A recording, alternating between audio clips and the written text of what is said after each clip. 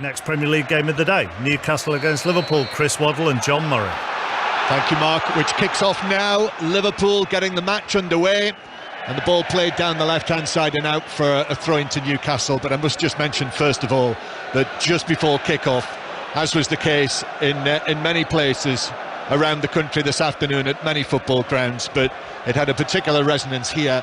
We were thinking and holding a moment's applause to remember Christian Atsu after the dreadful news this morning that he was confirmed as a victim of the Turkish earthquake, known very well here. I believe his family still live on Tyneside, and applause all the way around St James's Park, and the Liverpool fans here also singing "You'll Never Walk Alone."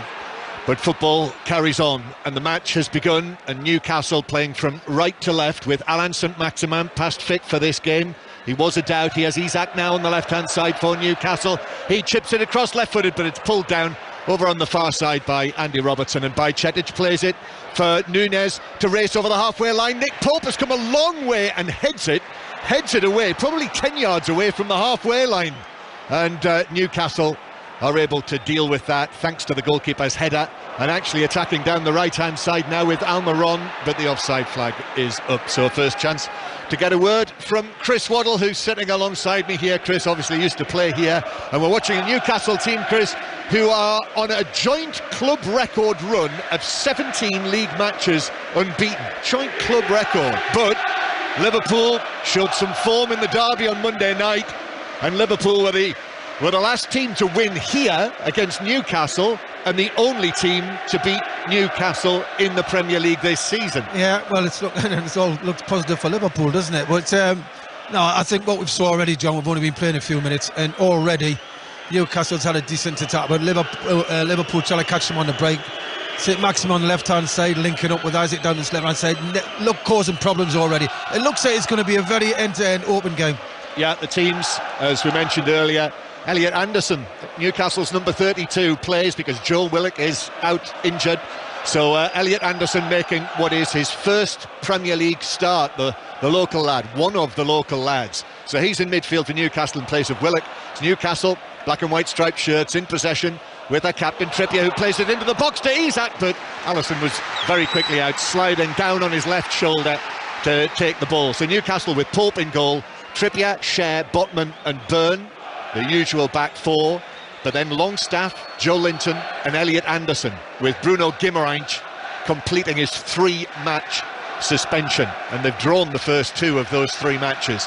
Almiron, Isak and Saint-Maximin the front line for Newcastle, and they win it back. Almiron's won it back from Bajcetic, and now he's approaching the penalty area. Bajcetic going with him, Almiron into the box, turns, and Fabinho came across to take the ball away from Almiron, who slipped, I think, went down, and it came to nothing. And now Liverpool played forward, but that's intercepted, and Newcastle have got it back. Free-flowing start to the game, I must say, on this dry but possibly showery night.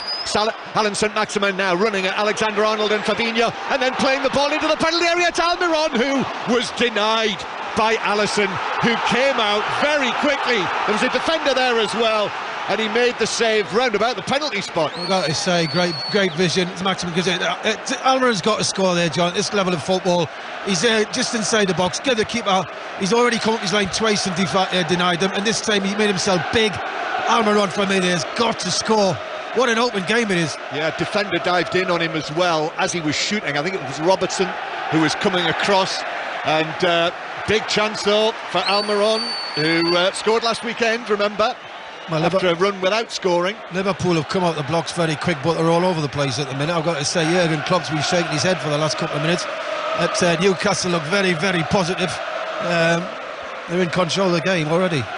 And the Liverpool team, Alisson, Alexander-Arnold, Gomez and Van Dijk, Robertson at left back, Matic's on the bench. That's Liverpool's only change. That's a poor clearance by Alexander-Arnold. He couldn't get there, so Saint-Maximin's running at him, goes past him into the penalty area, beats Gomez, plays it across the goal where it's headed away at the back post by Van Dijk.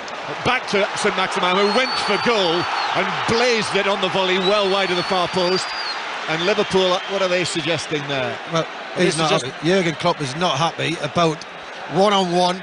I think he's having to go with Alexander-Arnold, I've got to say. He's defensively, we've always said defensively, it's probably one weakness in his game. St. Maximin for me, keep getting the ball out. He looks like he's in the mood. Get the ball out to him as much as you can. So Virgil van Dijk returning to the Liverpool team after 7 matches out with a hamstring injury. Mentioned the back four, so Henderson, Fabinho and Bajcetic in midfield again, and then again Salah, Gakpo and Nunez. So just the one change for Liverpool from the derby match on Monday night. So Newcastle 0, Liverpool 0. This is BBC Radio 5 Live, the 5:30 commentary, which if you haven't clocked it yet, is on 5 Live every time there's a Premier League game on BBC Radio Sport. And it is Newcastle with Trippier, who is in possession, just knocks it infield to Joe Linton, and then a little touch back out towards the right hand side. Longstaff is out there, and then Almiron as well. The early chance that Almiron had, Trippier continues, takes it down the line, but his ball into the penalty area is cleared away by Van Dijk out into the east stand on the opposite side of the ground. Excellent start to the match. Newcastle have been excellent so far. I've got to say, Liverpool can't keep up with them. They're looking around at each other, Liverpool, and they've got to up the tempo, Liverpool. They want to stay in this game. They found St. Maximin again, and as he tries to take it on, Elliot Anderson was there as well, but Gomez was able to come across and take the ball off him, and Liverpool have it in front of their own penalty area with Fabinho, and then it's helped forward by Bajcetic. Here's Mo Salah, who himself got back on the score sheet on Monday night in the derby game. Here's Nunez now on the left hand side, couple of step overs, Trippier going with him, angles it back towards the edge of the box, but the cover was there from Longstaff. Newcastle only clear it though, back to Liverpool. Robertson has it, Bajcetic now, he's going to try a shot, it's deflected, Nunez heads it on the edge of the area, and that's volleyed away by Botman, and it's landed nicely. It bounced away from Alexander-Arnold, but he got a second chance to clear, which he did, put it out of play just down in front of us here to Jason Tyndall, actually, Eddie Howe's assistant. I'm looking at it, John, and there's more energy in Newcastle's midfield. I think this is a department. I've been looking at Jordan Henderson, Fabinho and the young boy coming in. They just can't seem to get any control of the game, and at the minute Newcastle are just dominating the midfield. Bajcetic, the 18-year-old, but to his right Fabinho, and Jordan Henderson to his right, as Botman plays the ball out towards the far side, and Trippier nods it back infield. Here's Fabian Schär, and his crossfield pass bounces twice and is controlled down to our left by St. Maximin, who plays it infield to Longstaff, but Longstaff's pass is easily dealt with, chested down by Robertson under no pressure on the edge of the area, and Liverpool have got it back inside their own half. Joe Gomez to the right, Matip on the bench. Liverpool's next match, Tuesday night, you'll hear it on 5 Live from Anfield, is against Real Madrid, whereas Newcastle's next match is the Cup final next weekend, and this is the send-off, and the ball's been put out of play by Alisson, throw-in taken by Byrne down the line. Isak tries the cross, it's blocked back to the Swedish striker. Now St. Maximin on the left-hand side. Callum Wilson is fit enough, by the way, for a place on the bench today. There was a little bit of a doubt about his fitness also. A Schär now near the centre circle, long right-footed ball from his, but Trippier had straight into an offside position. I've got to say, Jurgen Klopp is absolutely going mental down there on the touchline, and rightly so. It's about work rate, and at the minute Newcastle are not doing anything special. They're moving the ball very quickly. There's a lot of options off the ball. A lot of people, whoever's got the ball, he's got 2 or 3 options. Liverpool are just 5 yards off the pace, and I can see why Jurgen Klopp is getting frustrated. Ball out of play just down below us. Jordan Henderson comes to try and get it. I think it actually might have bounced away down the tunnel, which is out of our sight here. Raindrops on the top of the dugouts, caught by the floodlights of St James's Park, shining brightly down from the east stand. We also had, before the start of the game, a great occasion actually to mark what would have been the 90th birthday of Sir Bobby Robson, one of the favourite sons of Newcastle United, one of the favourite sons of the northeast of England, and it was quite a display as Alexander-Arnold plays it over the top. Nunez takes it down and scores! Whipped the finish past Pope, and Liverpool have a 10th minute lead. Alexander-Arnold provided it, Darwin Nunez finished it, and how he finished it with his right foot. And this is unusual for St James's Park.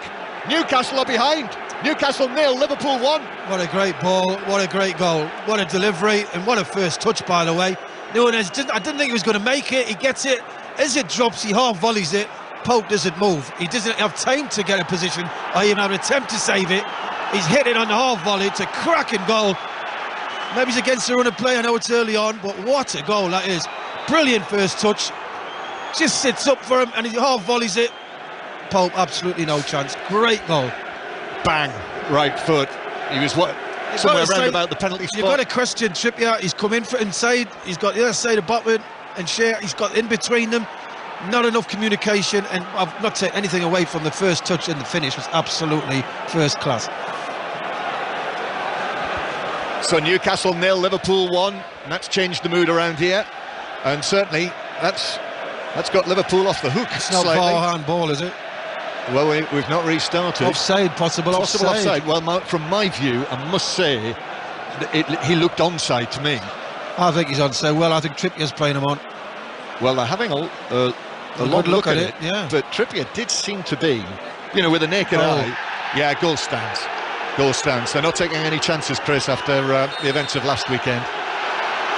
Newcastle 0, Liverpool 1 is confirmed as the score, and a super finish from the Uruguayan Darwin Núñez, who's not scored in his last 4 appearances, but he had a real hunger about him there. Actually, it was a brilliant striker's goal, that's what it was. Here's the striker at the other end, Isak. Isak now trying to work the ball onto his left foot, instead actually plays it back to Longstaff, now across here to St Maximum, who curls it goalwards, but it hits Van Dijk, actually, who stepped across, offside. And the offside flag is up, so it's a free kick to Liverpool inside their own box. But 1-0 Liverpool lead. They won here last season, 1-0, and as I say, the last team to beat Newcastle here at St James's Park, the only team to beat Newcastle in the Premier League this season. Newcastle have lost 2 matches in all competitions all season, but 1-0 down here. It was against the run of play, wasn't it? I'm not saying anyway. It's a fantastic goal and fantastic pass, fantastic finish. Newcastle have been the better side. I know we've only played 12 minutes just over, but there's more goals to come in this, definitely. Newcastle 0, Liverpool 1. Yes, we've already had 1 goal. I was listening to Statman Dave earlier this afternoon on 5 Live Sport when I was driving up here, who was suggesting it may well be a 0-0 draw, and I almost turned the car around and went home. But here we are, we've already seen a goal. We could have seen more than one. Who would call your kid Statman Dave? It's strange, isn't it? Ball played out to the left-hand side, and Robertson takes it down and plays it in to Fabinho, who turns and then lifts it here to the right-hand side. If Liverpool are able to win this, and it's very early on in the match, they would be just 6 points behind Newcastle in the Premier League table. But a long way to go yet. Newcastle, who've been tough to beat, tough to score against, but that was high quality, the goal from Liverpool. Listen, you're paying money for what you're getting. Listen, I'm sure next season he'll score a lot of goals. He'll have an important part in Liverpool this season as well, don't get us wrong, but he'll get better and better.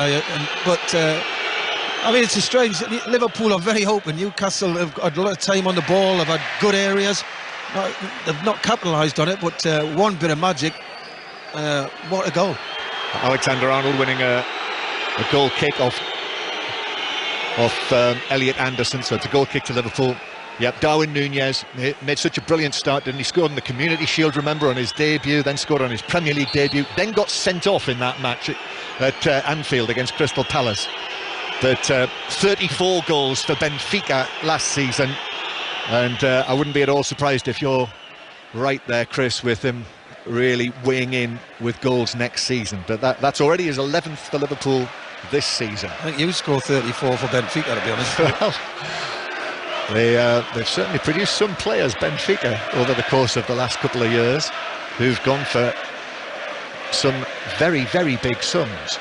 Ball played out to the right-hand side. Salah gets it down. Byrne was there with him. Just got a touch on that. An important touch. Comes back to Henderson, though. Henderson, Alexander-Arnold arriving. Plays a lovely ball across the Newcastle United 6-yard box, and that needed Trippier to slide in and put it behind. Otherwise, it would have landed at the feet of, I presume that was Robertson coming in on the far side. It was. But, it was Gakpo, actually. Alexander-Arnold, brilliant ball again. I mean, he's already supplied one for the goal, but that was even better. Great cross, low, hard, across the 6-yard line. And you should score them. They're goals, them. Well, he's already provided 1 goal I mean, those deliveries are the Alexander-Arnold of last season. And it is a corner from the left-hand side for Liverpool. Robertson to take this. Robertson swings it into the near post, takes a couple of touches, could have bounced anywhere really, but it took a couple of deflections which carried it out here to the right. Alexander-Arnold plays it back in, another good cross. Cher was up though to head this one away above Gakpo, and Joe Gomez misses his kick on the halfway line. St Maximin's away, running away from Gomez, who did well to get back, but then he plays it through, but too much on that for Alisson, who's able to come out and pick it up with Isak trying to chase it down. It's a good game this, it's end to end, isn't it? And St Maximin there, great run down this left hand side, just over hits the pass. It's strange, St Maximin, it's a first really I've seen for a while, and he looks more of a team player than I've ever seen him play. So whether he's trying to get his shirt permanent, he's not playing bad though. Ball played forward. I mean, he was an injury doubt for this game. I have to confess, Chris, I thought Anthony Gordon might have been chosen to start the match, but there is a cup final next weekend, places in the cup final team to play for, but certainly this is a very promising start by St Maximin. However, Liverpool have the lead 1-0 as Alexander-Arnold plays it back into 40 million only gets you on the bench these days, John. Yeah, well, sometimes more than that only gets you on the bench. Here's Bajcetic running away, nicely done from him. Red socks beginning to drop down his calves. Now out to the left-hand side. Gakpo, who scored his first Liverpool goal on Monday. Salah plays it back into Gakpo, who scores! Oh. Super finish! Brought it down just outside the 6-yard box, and Liverpool lead by 2-0. And this was not the send-off to the cup final that Newcastle United were after. Such a super season that they've had, but 2-0 down here with just over 15 minutes played. I think they're looking at it again. It's tight, I've got to say, but a lovely little flick ball. Salah just flicks it on. Gakpo times his run. I think he's timed it right. We'll wait and see on that, but it's a lovely little ball by Salah. He just puts it in the area. He doesn't look, he's got his back to play, he just puts it in a danger area. Gakpo's read it, and again, what a very good first touch and an excellent finish. I think it's a goal, so... It looked tighter, I must say, a tighter call for offside than the first goal, and they are having a look at this, but I think he is on. I think we're getting the VAR pictures down in front of us now. They've blown it up there, so we've got a closer view, and I think he is. I think he's just onside. I think he's just on. It's very close, I've got to say, but I think he's just on. So I think it's going to be 2-0. That'll be confirmed any moment now. But the atmosphere here, Newcastle have not lost at St James's Park all season. They've not lost here for 10 months, actually, since last April, when Liverpool were here. I thought they were going to do these VARs quick now. Well, they were doing that, Chris, and then last weekend happened. Right, okay. So, what do you want? Quick decisions that are wrong, or delayed decisions that are right? Where's all this technology? Oh, it's come out there, look, there's a line. Here come the lines, onside it says. That'll be on the screen in a moment. Anthony Taylor, the referee, just waiting for the word, and there he is, points to the centre circle. Liverpool cheers way up in the stand at the Leazes end. Darwin Núñez and Cody Gakpo, and Newcastle United have conceded 2 goals in a match in the Premier League for the first time since they played Liverpool at Anfield in August.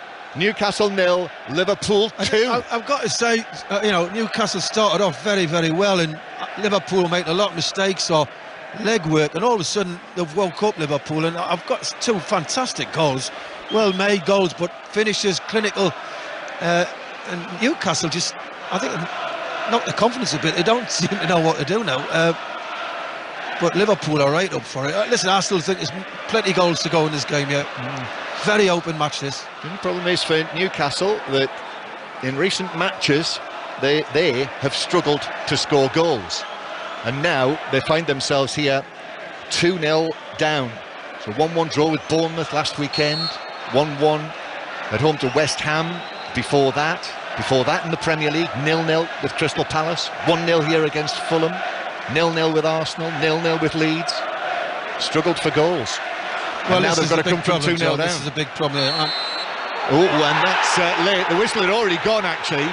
But the ball was taken forward by Elliot Anderson, and Fabinho slid in at pace, mistimed it, just clipped Anderson, who was jumping out of the way. He'll be all right, but it's a yellow card. He's never caught him. He's played. Listen, he saw it coming in. He's rode it, and he's got the blood. He's booked, simple as that. And that's the way the game is today. So, but it's a good position now for Trippier to put one in, and Newcastle's got to get a reply. They've got to get on the score sheet. They've got to get something, make them happen to get this crowd going. They're in shock, I think, the fans. I don't think they've seen this all season, have they? Well, they haven't. Manchester City scored 3 goals here back in August in the 3-3 draw, but since then they've not been in this position. And it is Kieran Trippier to take this free kick in from the left-hand side. No Bruno Guimaraes, not one without Bruno Guimaraes this season. Suspended, he'll be back for the cup final next weekend. But Trippier waiting now. Anthony Taylor, who refereed the Arsenal-Manchester City game on Wednesday, same assistants as well as were on duty at the Emirates, and he's on the edge of the box. Here's the signal. Trippier plays it in, but Alisson comes and makes the catch. And now actually those early saves from Alisson looking very important, and Alisson's delivered it away downfield for Salah, and Pope has gone to ground. He was trying to head it away, and it bounced into his arms. He handballed it. There's the red card. It had to be, and it's all going wrong. The weekend before the cup final, it's all going wrong for Newcastle United, and that means Nick Pope will be suspended for the cup final next weekend. Wow, it is absolutely going wrong. But I've got to say, he's a good goalkeeper, the lad, but he's not the best with his feet. And when he's come out there, he doesn't enjoy that side of the game, I don't think. And he's fell off. I think he's very unlucky because there was a defender coming back.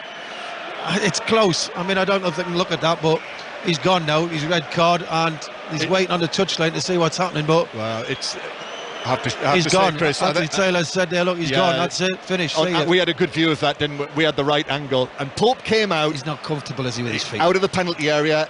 He'd already once in the match went for a diving header 10 yards away from the halfway line, if you remember, and got that one right. But this one, he just didn't time it. It was dipping the ball. He went for the header down almost, just above ground level. And when he missed it with his head, he made an involuntary reaction. It bounced into his arms, if you like, but there was a reaction there as well to scoop it away from Salah. I mean, he grabbed it. He does collect it with his left hand. He's only got himself to blame. He's not got himself in the right position. And after that, he kicked Shearer as well. So Shearer's will be happy as well. But he's got himself in a bad position. He's not comfortable with the ball at his feet. You've got to say that. And he's come out, which the goalkeepers do. And I don't know why Newcastle left one-on-one with Mo Salah, who was very quick. So, well, they're having to make a change. Martin Dubravka is on the bench, having been at Manchester United on loan this season. He's played just the once for Newcastle this season when you and I saw him, Chris, in the FA Cup at Hillsborough. A couple of appearances for Manchester United when he was there on loan. Significantly, those appearances were in the League Cup, in the Carabao Cup. So he's cup tied for next weekend. Nick Pope's suspended. Carl Darlow has moved on now. Yep. So that means Mark Gillespie is most likely to come in to play in the Carabao Cup final at Wembley against Manchester United, and of course 10 men in this match. That means Nick Pope, one of their key players this season, will not be playing in the cup final. And it's Elliot Anderson, so that's the end of his first Premier League start. He's the player who makes way for Martin Dubravka to come on. Why did they loan him out for so many months to bring him back? Well, I presume circumstances changed. Well, why would you do that? Why would you think, well, I'll loan him out, then we're going to call him back in January? What was that? Why loan him out? He wasn't playing at Man United, was he? Well, just those 2 appearances. So 2 appearances in 6 months? So what was the point of that? Well, presumably Carl Darlow wanted to move on, wanted regular football. And, but at the end of the day, if you've got a contract with the football club... Yeah. Well, it's 2-0, Newcastle 0, Liverpool 2. Newcastle down to 10 men for the rest of this match. And a free kick out here towards the right-hand side, where the handball was committed by Pope. Alexander-Arnold curls it in, and it's headed by Gakpo straight at goalkeeper Dubravka, who made the save, if it had been either side of him, I think that would have been in the back of the net for 3-0 from Gakpo. No, brilliant delivery again, Alexander. He just hits the space and he gets people going to attack it. He doesn't pick people out, he just hits it in the areas. People go and attack that ball. I've got to say 10 men for Newcastle now, that is a mountain to climb. But I've not seen Newcastle play as bad as this, or being so unorganised. Here's Alan St-Maximin at the other end, cuts in field, runs into Fabinho but keeps possession.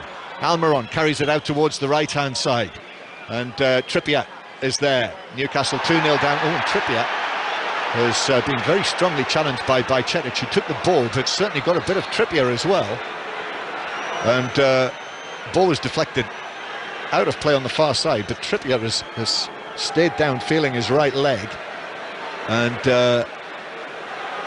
if they were to pick up an injury to Kieran Trippier, you know, that would... No, he's okay, he's back on his feet. He's as tough as boots, Kieran Trippier. And he's okay. And takes the throw. But yeah, you know, he's another player that Newcastle could ill do without for the Carabao Cup final. Dan Burn with a poor touch, that runs out of play. It's amazing how things can change in football, isn't it? I mean, this game has just spiralled away from Newcastle United in the space of, what, 10, 15 minutes? Unbelievable. They had a great start as well, didn't they? They looked really positive, and you thought, wow, they're causing Liverpool so many problems. Liverpool couldn't keep up with it, the tempo they were playing at. But then Liverpool scored that first goal, which was fantastic. And then since then, now, 10 men. I was surprised he took Anderson off. I thought he would have took St-Maximin or Almiron off. I think it's difficult for them two in midfield now. Just a kind of Miguel Almiron is the way we're looking now. He's dropped back into the right-sided midfield position. I think it's the easiest decision to take the young boy. He's not going to say anything, is he? So I don't understand why they've done it, but you know, you've got to say Anderson's got a lot of energy in that midfield. And so it's like 4-3-2 now for Newcastle. St-Maximin and Isak. Well, it's up together. to Liverpool now to keep switching the play. Look, Alexander-Arnold's going to get, and Robertson are going to get a lot of space and time. And it's up to Liverpool to move the ball quickly. So if you have just switched on to us on 5 Live, if you've been at a match or out and about this afternoon, some dramatic events took place earlier on in the day. And the main event here, Liverpool leading 2-0 through the goals from Darwin Núñez and Cody Gakpo, and Newcastle United's goalkeeper, one of their big stars this season, the clean sheet man, breaking club records. He has been sent off for a handball outside of the penalty area, and Newcastle down to 10 men in this game, and they will be without Nick Pope for the cup final next weekend. Gomez slips as he sends the ball long and forward, but that bounces all the way through to Martin Dubravka, who comes out to the edge of the penalty area. He didn't need to play that, did he, Gomez? They've got the extra man, they're just moving the ball around. 1-2 touch football, Liverpool at the minute. Make Newcastle work, they're 2-0 up, make them chase. Ball's been played out from the back by Newcastle, and Botman passes it to Byrne, who had to stretch for that, but turns and plays it up the line where it bounces out of play for a throw in to Liverpool. Joe Linton couldn't get there, and Newcastle now, I mean, they're a team transformed after the way that they've played this season, so secure defensively. And you know, the events here of the last 10-15 minutes seem to have absolutely taken the wind out of their sails and sapped their confidence. It was supposed to be a rousing send-off to the cup final from the Newcastle fans. You know, thousands and thousands of them will be travelling down to London next weekend. And actually, the place is currently quite quiet, with Liverpool in control. John, they've never seen this happen this season, have they? Really, let's be honest. They've normally either been winning or it's been tight and a draw. But Liverpool 2-0 up, 2 great goals, and really now against 10 men of Newcastle, 2-0 up, and totally in control of this football match. And do Liverpool want to add to the total, or they're just quite happy to say to Newcastle, look, you can park the bus, we're quite happy keeping possession. Liverpool playing it forward. Byrne steps in, bounces away from Longstaff. Thought he might have got a nudge in the back there from Gakpo. He wanted a free kick, it's not given. Gakpo then couldn't control the ball through the middle, and Trippier's got it. So Gakpo will be feeling good after his second goal of the week. 2 goals in 2 appearances. And now Isak into the penalty area at the other end for Newcastle. Red shirts all around him. Back it goes to St-Maximin, who plays it for the run of Almiron, who can't get there. and it's turned away, but it's given away by Robertson to St Maximin, who's still there, but in comes the tackle from Jordan Henderson, and the ball bounces back towards Newcastle on the halfway line, where Botman, left-footed, finds Almiron, who just moves away from Bajcetic into a bit of space. Trippier tried to pass it through for St Maximin, that was cut out by Andy Robertson. And Liverpool, who've lost their last 3 Premier League matches away from home, conceding 3 goals in all of those matches. Well, this is much more to their liking, and Salah's onto the ball down the right-hand side, cutting into the penalty area, tried to play it across for Nunez, but the pass was slightly behind him, actually, after his sprint into the penalty area, and Newcastle could clear. He was looking for the shot, Salah, didn't he? And to be fair, Newcastle pushed him inside. He couldn't really get the shot off by then. His head had gone up. As he lifted his head, it was too late, the pass. Newcastle long and forward to St Maximin, who's all on his own there, takes the ball down in the full-back position, beats Robertson into the box, tries to beat him again, then back onto his left foot, still going St Maximin, shoots a cross goal, and Alisson gets a touch on that to push it up onto the top of the crossbar and over and behind for a corner. Brilliant by St Maximin there, really. He chased the lost corner down the right. I mean, he goes past 2 defenders, and it's a great shot, and I've got to say, Alisson, top goalkeeper, hasn't he? Great save. But why is Liverpool committing so many bodies forward when they're 2-0 up against 10 men? Corner to Newcastle. Brilliant skill. And he had no other Newcastle player probably within 50 yards of him when he received that pass. That was vintage St Maximin. That was the kind of play that resulted in Alain St Maximin becoming such a hero here for the Newcastle United supporters. But he's had injuries this season, had a knee problem. This is only his 8th start, but he's really caught the eye in this match. However, Liverpool are winning 2-0. Corner, Trippier to take it for Newcastle towards the back post, and it's headed down and across goal by Cher, blocked inside the 6-yard box, and then controlled and cleared away by Van Dijk. Although Henderson rather mishits his clearance and puts it out for a throw to Newcastle. Trippier takes this, Almiron running at Henderson, left-footed cross into the outstretched leg of the Liverpool captain behind. Another corner. Brilliant. And the tempo Newcastle have played with 10 men at the minute, the last 5 minutes has been excellent. They're really causing problems. Liverpool have took the foot off the gas. I think Kieran Trippier there as the captain has led the geeing up of his team, actually. Trippier's deep ball across the penalty area, Botman heads it back, there's a hooked effort goalwards, but it was straight at Alisson, who was able to take it down. That's 2 corners, John, no free headers. 2 corners, just simple corners, they're not dangerous, they just high to the far post. 2 free headers. 5 Live and BBC Sounds. 6:06, by the way, we'll follow the football tonight, the live football with Robbie Savage and Chris Sutton. I'll let you know when the lines are open, but you can get in touch. Hashtag BBC 606 85058 on the text to get in and book your call. It's all the day's events in the footballing world. You'll find on the football pages of the BBC website and app as the ball is played down the right-hand side for Newcastle. It's just started to rain again. St Maximin running the ball out towards the far side, but Joe Gomez took it away, no free kick. Supporters down in the east stand were suggesting that maybe it might have been, but no free kick, and Liverpool have the ball back inside their own half. So Liverpool bringing it forward towards the halfway line, and out it goes to the left-hand side to Van Dijk, and then to Robertson on the far side, and Liverpool with Nunez, who drops deep back to the halfway line. Just having a little look at Mark Gillespie, who has played 3 times for Newcastle, that's all. Hasn't played at all this season. And of course the other option is Loris Karius, who Liverpool fans will remember well, of course, from that extraordinary match in Kiev in the Champions League final. He is yet to make his debut for Newcastle United, but they'll be the options in the cup final next weekend. But I suppose when you put yourself in that position, strange, isn't it, how football has a tendency to be able to take advantage of little things like that. Yep. It's, I think, what's known as Sod's Law. Ball over on the left-hand side with Liverpool. And the supporters in great voice after their big disappointments away from home in the recent matches. Liverpool's last 3 away games as they come forward through the middle. Nunez challenging for it on the edge of the box. The ball loops high, cleared away by Trippier. Alexander-Arnold on the right, but Burns able to put in the challenge and play it forward towards Isak. The rain becoming a little heavier here now. And now Isak to Saint-Maximin on the left-hand side with his wrists bandaged. Gives it to Almiron. Almiron back to Saint-Maximin. Newcastle United, though, playing with 10 men, remember, for the vast majority of the game. Byrne back to Botman in the centre circle, now out towards the right-hand side. Trippier takes it down into the penalty area.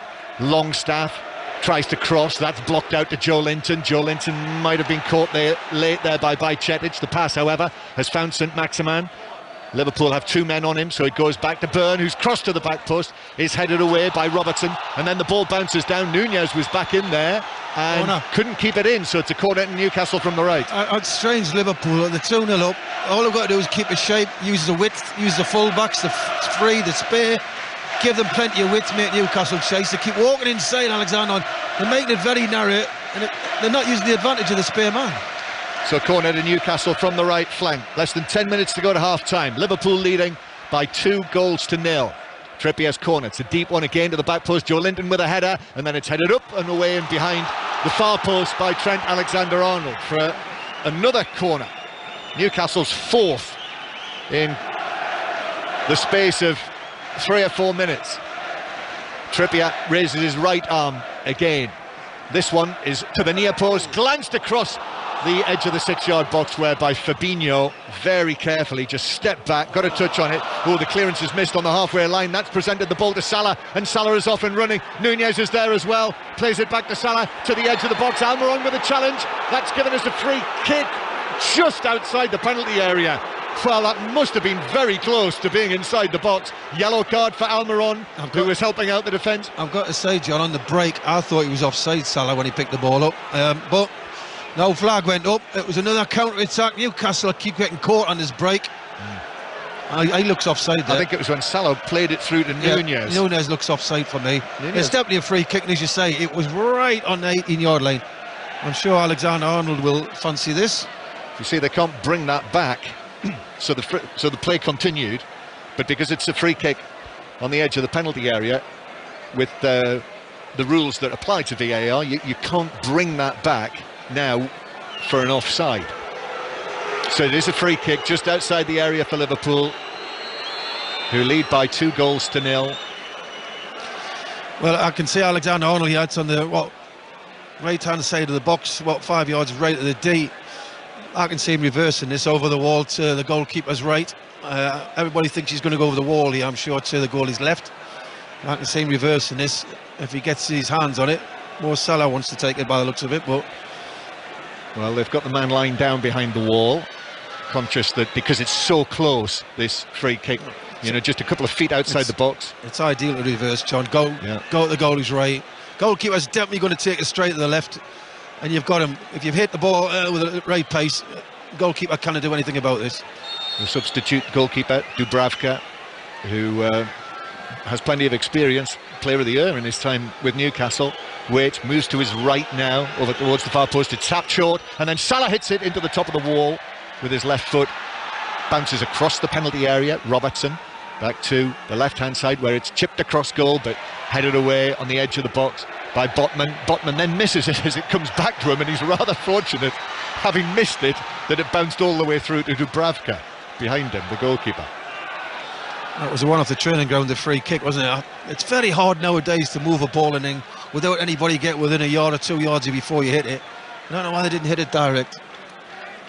So 2-0 Liverpool lead, and unless Newcastle are able to stage what would be a really dramatic comeback against a Liverpool team increasing in confidence, this 16-match run without defeat here at St James's Park in all competitions, 16-match home unbeaten run, will come to an end here. But Newcastle with the ball on the left-hand side. In the previous match in which they conceded more than 1 goal here this season, that turned out to be a real classic, didn't it? That match against Manchester City early in the season. Joe Linton I remember listening to Ian Dennis commentate that in the car, and I couldn't get out of the car. It was so dramatic. Ball's played back to Dubravka, puts his foot on the ball. We'll round up all of the other events, by the way, at half-time. We'll have more interviews and more reaction to the earlier games. Arsenal now with a 2-point lead at the top of the table after they came back and won against Aston Villa, and Manchester City drew 1-1 in our earlier Premier League commentary match today at the City Ground. Here is Joe Linton playing the ball square. St Maximin out towards the right-hand side, turns, sets off on a run towards the box, but Liverpool have got everyone apart from Gakpo back behind the ball. The 10 men of Newcastle. Almiron putting one foot on top of the ball, then turning, giving it back out to Trippier on the right-hand side, then into the penalty area with Longstaff. Longstaff, ball across the box, hits the left side of Van Dijk's head, just nods it behind the near post, corner to Newcastle. Good play by Newcastle, patient play, waiting for the opportunity. It's just they look very vulnerable on the counter-attack, don't they? You know, with a man down, they're throwing bodies forward, they're 2-0 down, but they look very vulnerable. They've won every corner what's gone in the box so far. So Trippier to take this one. In it comes towards the edge of the 6-yard box. Burn with a header. Not sure if Alisson got a touch on that. It rattled the crossbar. Alisson threw his arms up and it came off the bar. Newcastle getting closer. Ball out towards the right-hand side. That's taken down. Share with a cross, but that's too close to Alisson. Well, this is where they're good, Liverpool, on the counter-attack. But every corner, what's gone in the box, they've won, Newcastle. And that was, I don't know if he got his hand to it, John. Well, Byrne got up so well. Just at the bar, didn't Yeah, it? just the bar. Yeah, well, every set piece Newcastle have put in the box, they've won. So Byrne, what was he, 6 yards out? Brilliant leap from him, wasn't it? I know he's got a head start, hasn't he? I think he's 6'7". However, he was towering above everyone to get his head to that. But Real Madrid will be watching here, won't they? They'll have representatives somewhere up behind us. And they'll be thinking they're very dangerous on the counter-attack, Liverpool. In general play, you've got to say Newcastle's got 10 men, but there's nothing in it in general play. Every time Newcastle get a set piece, they win it, but unfortunately it falls through a red shirt. And on the counter-attack, Liverpool have been excellent. That's Chris Waddle with us here at St James's Park, where he used to play. 62 caps for England. Nunez with the ball on the left-hand side, strokes it back centrally. Fabinho, can see the spray coming off the ball, still light shower. Alexander-Arnold crossing, comes off defender Byrne, and then loops higher and up and over and lands actually, and stays in the netting on the top of the goal. So it's a corner to Liverpool this time in front of the Gallagate end. Also, I'm sure we'll hear from Chelsea after their 1-0 defeat against the bottom club Southampton. They are still bottom of the league, Southampton, but now Leeds and West Ham are in the bottom three after Everton's win against Leeds and Bournemouth's win at Wolves. More on all of that at half-time. Corner then, Robertson takes it, and Byrne is there to get up and head it. 1 minute heading it against the bar in one penalty area, now with a defensive header in his own box, and it bounces out of play for a throw into Liverpool, level with the edge of the Newcastle box. But yes, I think it's actually quite difficult to know where the headlines will go after those results in the Premier League this afternoon, but I suspect Graham Potter will feature in them. Whether we hear from, I'm sure we'll hear from Graham Potter at some point anyway during the course of. Here is Van Dijk, who plays it towards the left-hand side. And Chelsea fans, I'm sure, will be interested to talk to Robbie Savage and Chris Sutton on 606 tonight. We'll hear from them at half-time as well. Here's Alexander-Arnold playing the ball infield. Salah, back to Alexander-Arnold, now through the middle. Fabinho. Salah is challenged by Longstaff. Joe Linton now, but Liverpool are all over him. Joe Linton's pass forward hits Henderson. He's able to find Alexander-Arnold, who tried to curl it forward, but Byrne took that down and plays it up towards Joe Gomez on the halfway line. Gomez, high ball, just gets it up there towards Gakpo through the middle. Now Joe Linton sliding in on Henderson, bounces away off Botman. Henderson again, Botman gets a foot in, and Newcastle clear, but only to Alexander-Arnold. And he just takes a moment, plays it to the left-hand side. Robertson's out there, and Nunez as well with that slicked back, tied back hair. The man who scored the opening goal, crossfield from him to Alexander-Arnold. His ball into the edge of the 6-yard box. That's headed away by Share, and then further away by Byrne. They can't clear it, Newcastle. Byrne heads it away again. Alexander-Arnold nods it back. And Henderson now on the right-hand side, being put under pressure from Joe Linton, can only stab it through. Yeah, well, they've kept possession, John, and they've run the clock down. It's coming up to half-time now, and job done. I've got to say, there's nothing between them, really. I mean, Newcastle's played some good stuff. Look dangerous at set pieces. Liverpool, yeah, 2 great goals, but in general play, they've given the ball away an awful lot in terrible areas. Good goals, though. Alexander-Arnold playing the ball in, 4 minutes of added time at the end of the first half. Alexander-Arnold's ball in for Nunez, who's running at pace, got the touch back into his own body, wasn't it? And then it bounced down for him. He's an ideal wing back, I've got to say. I don't think he's a right back in a defence which gets enough pressure. He's not the best defensively. Going forward, his deliveries and crossing and fantastic. He's an ideal wing back. So he set up the first goal, Alexander-Arnold, and it was Salah actually who provided the pass for Liverpool's second. Gakpo similarly took it down and finished very well, somewhere between the 6-yard box and the penalty spot. There was a question over offside, but VAR identified it as onside. So having not scored for Liverpool until his 7th appearance, Gakpo, the recent signing from PSV, best part of £50 million. That's 2 in 2 for him. Jota on the bench again, Firmino on the bench.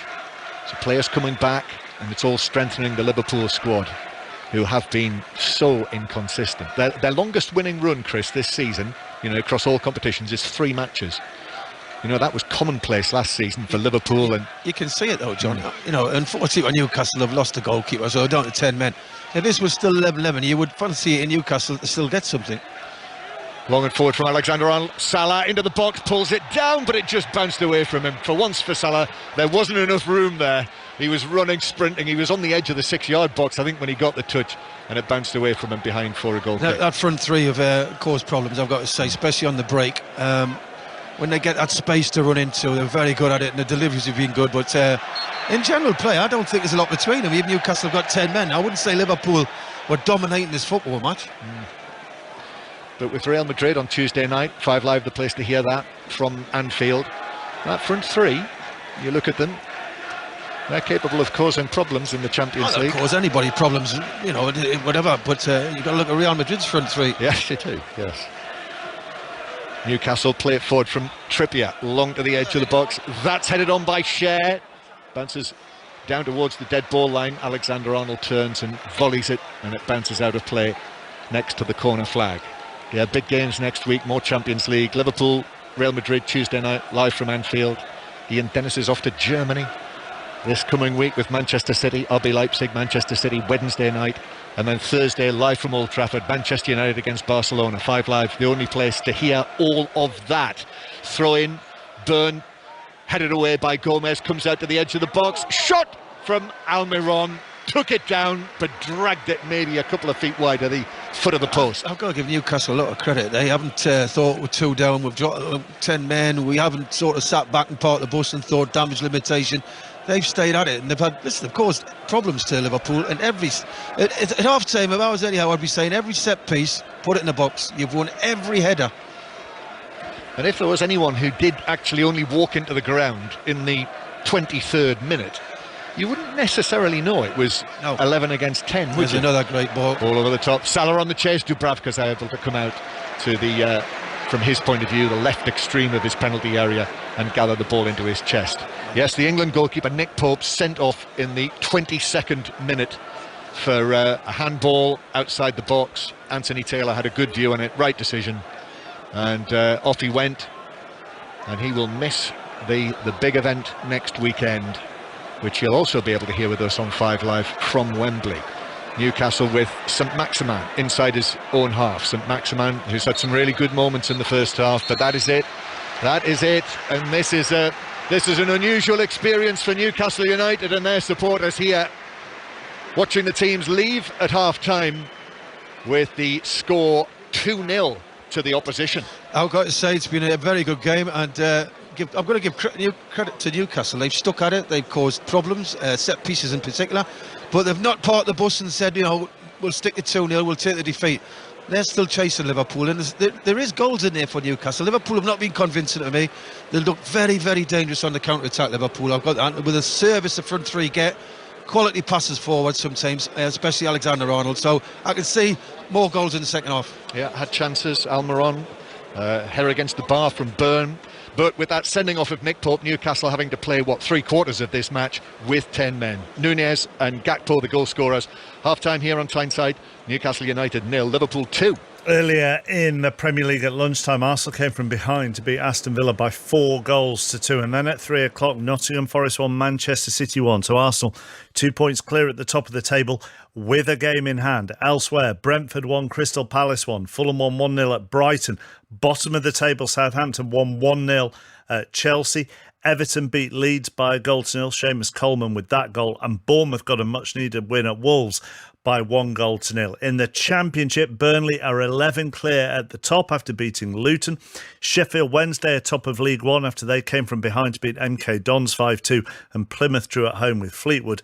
Leyton Orient are 13 clear in League Two after they won, and Stevenage lost at Stockport. Celtic stay 9 clear in Scotland after both they and Rangers won this afternoon. During the half-time, we'll have plenty of reaction to those Premier League games. You'll hear from James Ward-Prowse, Graham Potter, Steve Cooper and Sean Dyche and Gary O'Neill as well. The cricket on Sports Extra. Earlier, England made it 3 wins from 3 after beating India by 11 runs at the Women's T20 World Cup. Anna Mountford is currently watching Australia-South Africa.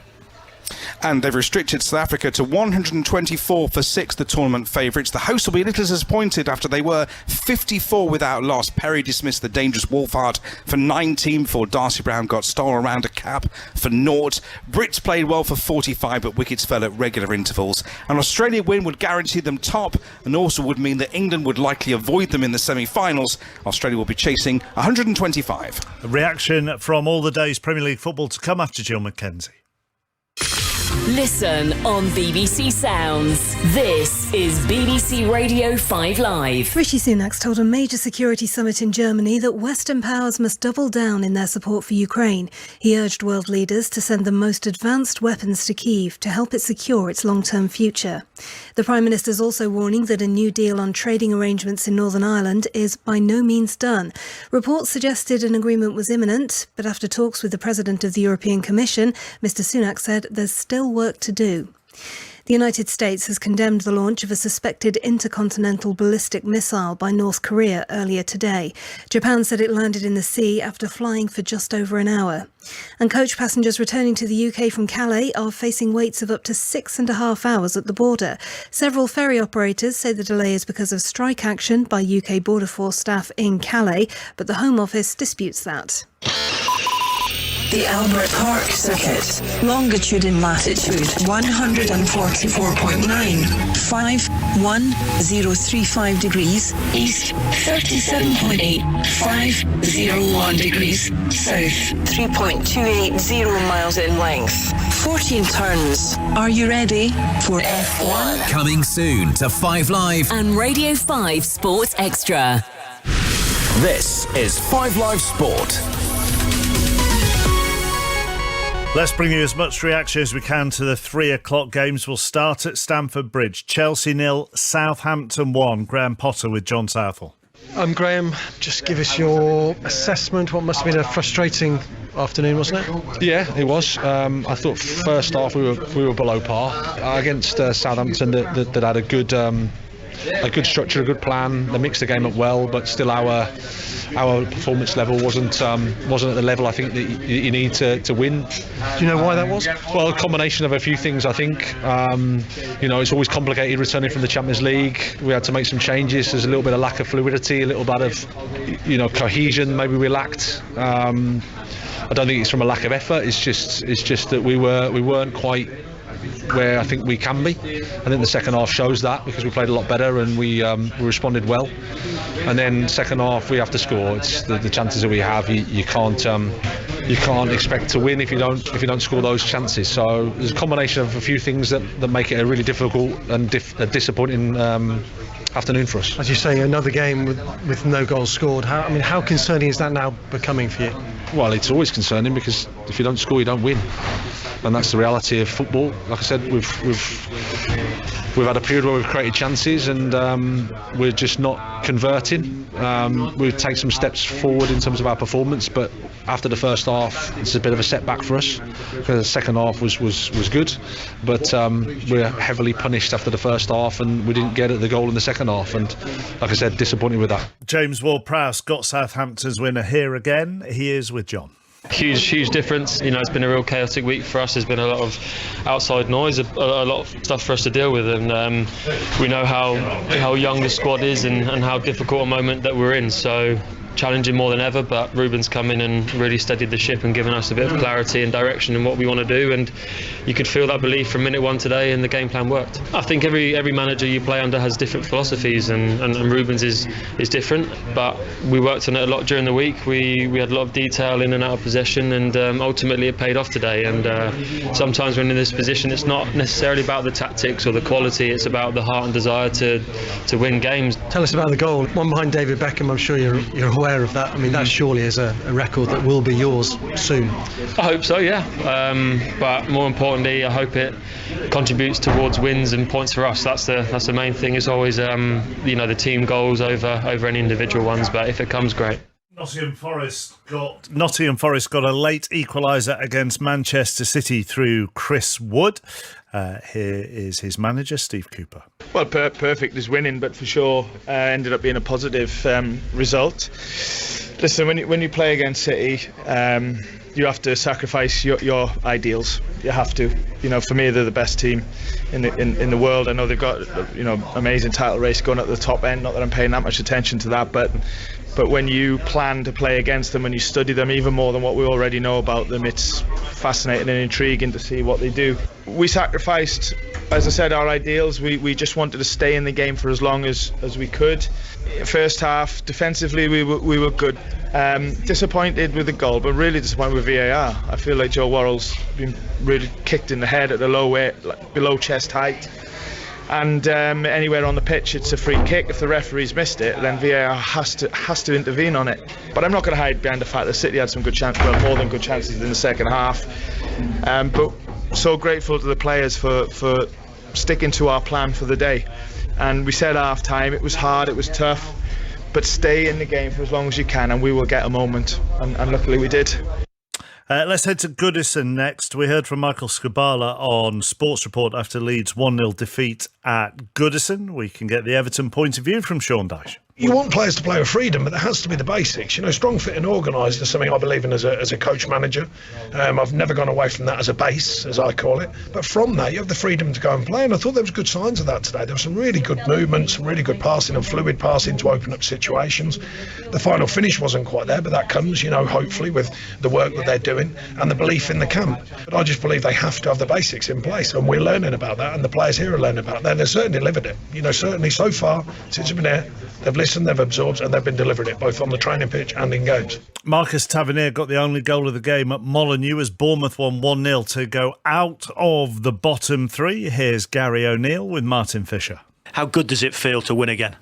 Yeah, it's nice. It's nice. Performance was good. Needed a little bit of help after the first half. Wolves had a little bit of control, and we didn't manage to get up the pitch as much as I would have liked. So managed to switch a few things around, and I thought the boys were very good second half. I thought first half they showed that they could dig in and hang in when it isn't going your way, and then second half I thought we looked like a real dangerous team. Can still brush up on some certain moments. We let Wolves off on some real good counter-attacking situations, but defended the box well against sort of percentage balls. They chucked balls in, two big centre forwards on at the end that the lads had to stand up to, and proud what they deserved. We knew the questions that Wolves were going to ask. The boys were prepped and understood what it was going to look like, and I thought Jack Stevens and Marcos Senesi were excellent in the middle of the back four. I thought they defended everything that came in.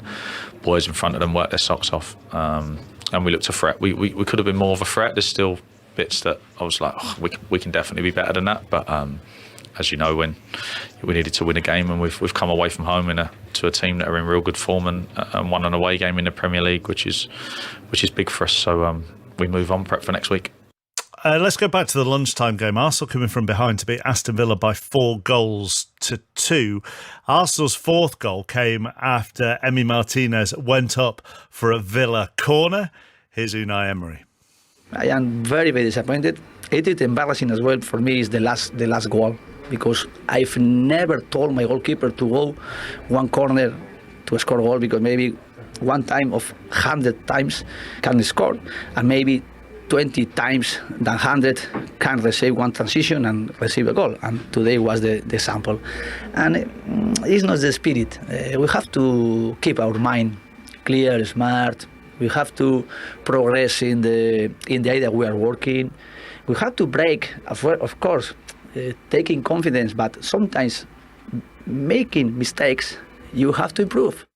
Plenty to watch on Match of the Day tonight. 10:20. Alan Shearer and Micah Richards alongside Gary for that. Plenty for you to react to as well. And I'm sure Mick Beale is on his way home from Rangers' win at Livingston. So, Mick, the number is 08085 909 693. Here are Robbie and Chris. Yeah, thanks for that. Chubbers now going to the worst Chelsea player in the history. They can't score goals. Chris, Chelsea. Yeah, but you were the worst Manchester Just United saying, reserve player in the history, and that's worse. Go on, Gary. Chelsea haven't scored a goal. Graham Potter, massive pressure. Yeah, I just want to hear from Chelsea fans. Is it going to happen for Graham Potter? It sort of feels like it may not. Arsenal, how important was there when Manchester City slipping up at Nottingham Forest? You actually did that game. You called that one. Want to hear from Southampton fans and Leeds United fans. You haven't got a permanent manager in place just yet. Do your clubs, Southampton especially, Ruben Selles seems to be the obvious candidate. I think the players are behind him. The fans want him.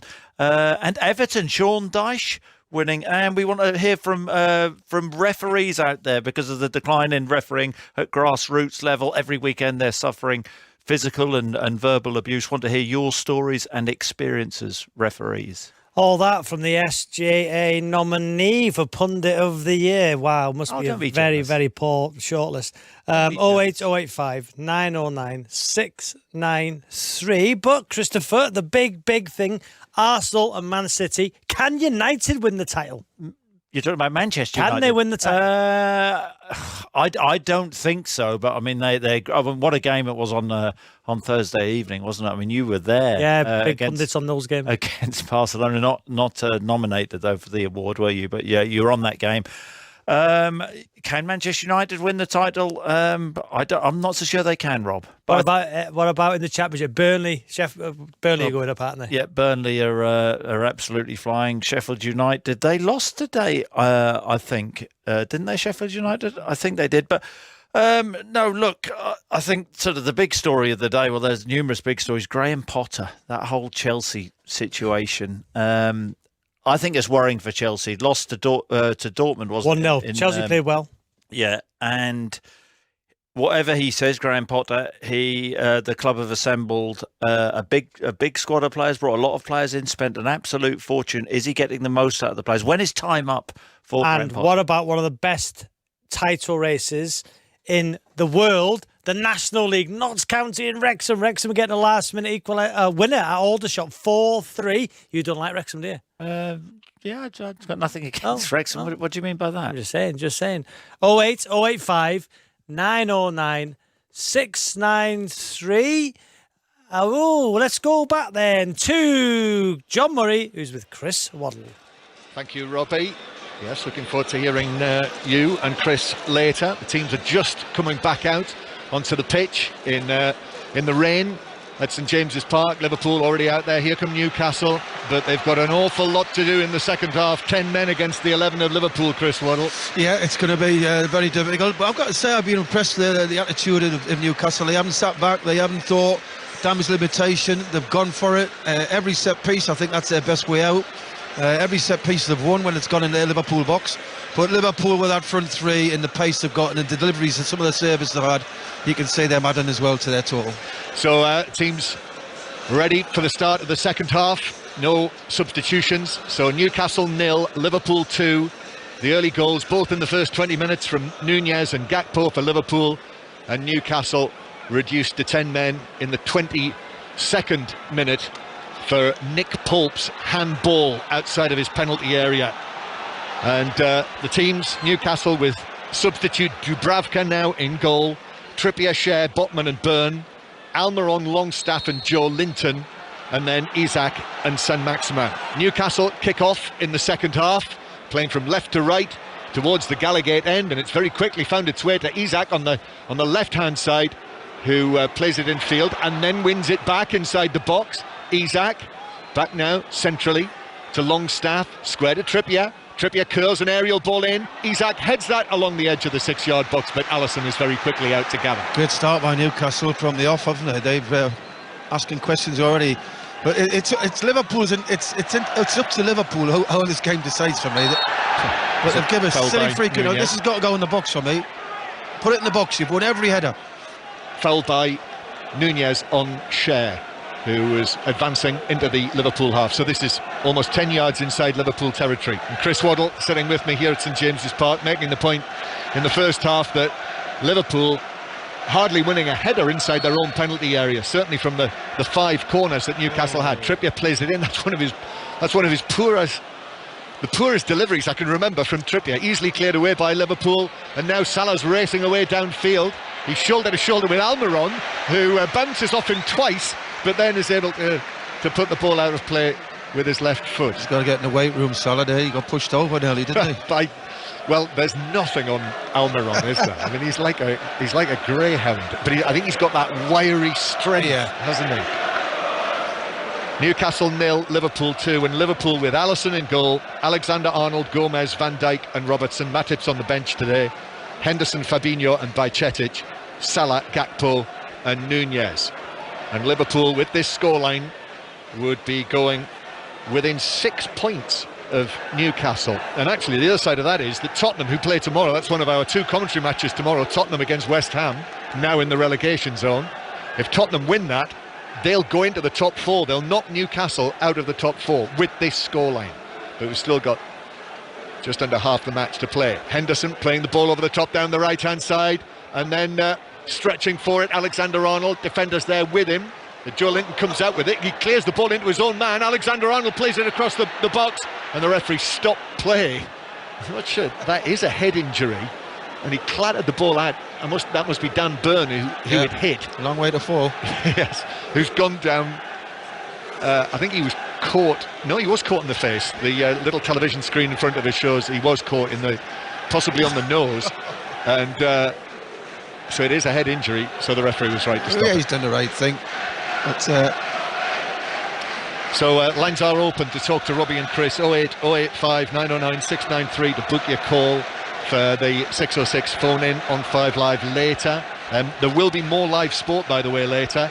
Live from Nottingham tonight, the Lee Wood fight against the Mexican Mauricio Lara, world title fight. Mark Chapman amused me earlier when he said that one of the quotes from Mauricio Lara in advance of that fight was that all English people are chickens. So we'll see what develops tonight, 10 o'clock on 5 Live. Real Madrid are playing Osasuna tonight. That's Liverpool's opposition in the Champions League on Tuesday night. And then the test match resumes in the morning. I guess almost certainly by the time you wake up in the morning, England will have won that, so you'll be able to get the TMS podcast after the close of play from BBC Sounds. Dan Byrne has received lengthy treatment, and I think he's okay to take his place back on the field as Newcastle played out from the back. Byrne is back on, and it's played forward now up towards Isak, but Fabinho is able to come in there and clear it to the halfway line. Alan St-Maximin collecting possession inside his own half and setting off on one of those Alan St-Maximin runs. He's beaten Fabinho brilliantly, still bouncing for him. Bajcetic chases, and he's taken it up almost to the edge of the penalty area. Now Trippier on the right hand side beats Nunez in the challenge, but Robertson steps in, and across comes Trippier to block it out of play for a throw-in level with the edge of the Liverpool penalty area to the visitors. Brilliant run by St-Maximin, wasn't it? He picks it up, 25 yards in his own half, carries it basically nearly all the way to about that 25 yards from the Liverpool goal. But it's difficult, and you can see, John, even with 11 men, they don't create a great deal, Newcastle.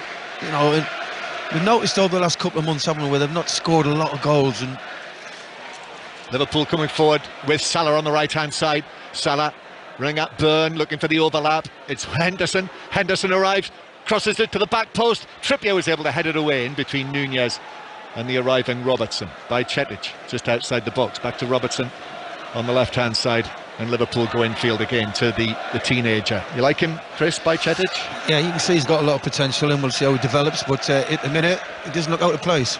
No, the 18-year-old Stefan Bajcetic, born in Spain, Spanish youth international, came through at Celta Vigo before moving to the Liverpool Academy, and now very much a fixture. You'd expect him actually to be playing in the Champions League against Real Madrid on Tuesday night. Real Madrid, the European champions after the events in Paris last season, at the end of last season, which have been in the news this week. It'll be very interesting to see what results from that report into the problems around the final. Liverpool with Van Dijk in possession. Steady rain now on Tyneside. Very often here it blows into our faces, but remarkably we're staying dry. Ball in towards Salah. Salah goes down. I'm not sure there was much contact there from Botman. Anthony Taylor says play on. Liverpool in possession, but then there's a foul on Joe Linton, and Newcastle have a free kick halfway inside their own half. I still think Jurgen Klopp will think there's a lot more to come from this side. I think they're 2-0 up, and so wonderful, great goals, I've got to say, brilliant finishes. But overall, against 10 men in Newcastle, there's nothing between them. 2-0 to Liverpool. The other talking point at half-time was which goalkeeper will play for Newcastle in the cup final next weekend. And the consensus seemed to be that it would be Loris Karius, even though he's not played in a competitive match for Newcastle yet. Saint-Maximin, cross, low to the edge of the penalty area where Isak turned, but hit the shot on the turn, maybe 2 feet over the top left corner. Great play by Newcastle. Trippier gives it to Saint-Maximin, who's had a very good game today. Great delivery, but again, they just don't see that. We don't see that composure from the Newcastle forwards. You see Nunes' goal, you see the other goal, the 2 Liverpool goals, clinical, very good finishing, and you think give them another chance, they'll put it away. Don't see that Newcastle. Liverpool attacking down the left-hand side. Nunez is there, in slides Trippier, and as Nunez went to ground, he did catch Kieran Trippier, possibly with his knee in the face. They were close together, and he's just been caught. He put his hands to his face, the Newcastle captain, and now the top of his head as well. Nunez has also stayed down, and the two of them will need to have treatment. Trippier is just checking to see if there's any blood there.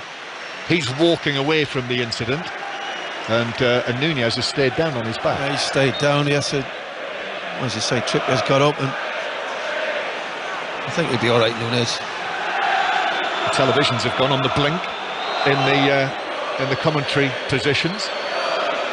Nothing's going right for Newcastle today. No. I mean, it's remarkable, isn't it? I was here for the second leg against Southampton when they won their way through to the final, and there was such optimism.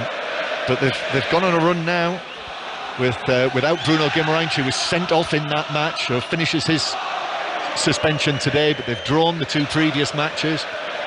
May well lose this. Trippier's walking off the field. Nunez is now... I think Firmino's getting changed, isn't he? Nunez fell awkwardly, John. I saw the replay there. He's landed on his shoulder quite heavily from the challenge, and he banged his head and his shoulder. So whether he's had enough... Well, he's been helped along the touchline here. Jurgen Klopp is asking down in front of us, clapping his hands together. He's trying to find out what the deal is, and he's telling them, he's telling them, get back on, he said. Get back on, which he is now. So it's back to 10 against 11. And Nunez doesn't look at Jurgen Klopp as he runs to the halfway line, so he's obviously determined to continue. Ball played forward to Van Dijk, who stretches and heads it under pressure from Isak behind. That's a cheap corner conceded by Van Dijk. And Van Dijk, very cleverly there, has actually just gone behind. There was a ball behind the goal, and Van Dijk, as he was running off the field, saw the ball and popped it back on the field. So that the referee sees this. Why do they do anything about it? They never do anything about it, do they? So that was so Newcastle couldn't take a quick corner.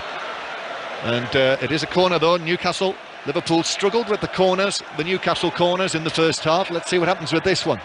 And it comes from Trippier to deep one to the back post, which is headed across the face of goal by Cher. That was a big chance.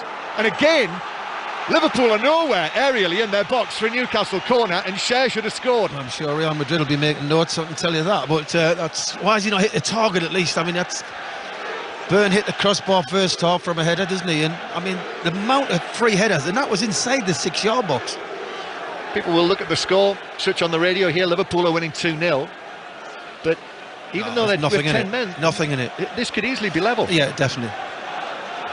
As Joe Gomez misplaces a pass out of play. Firmino is going to come on. Whether they've had a look at Darwin Núñez. You see huge drops of rain coming down off the roof of the Milburn stand, which is way, way above our heads, with the floodlights shining down.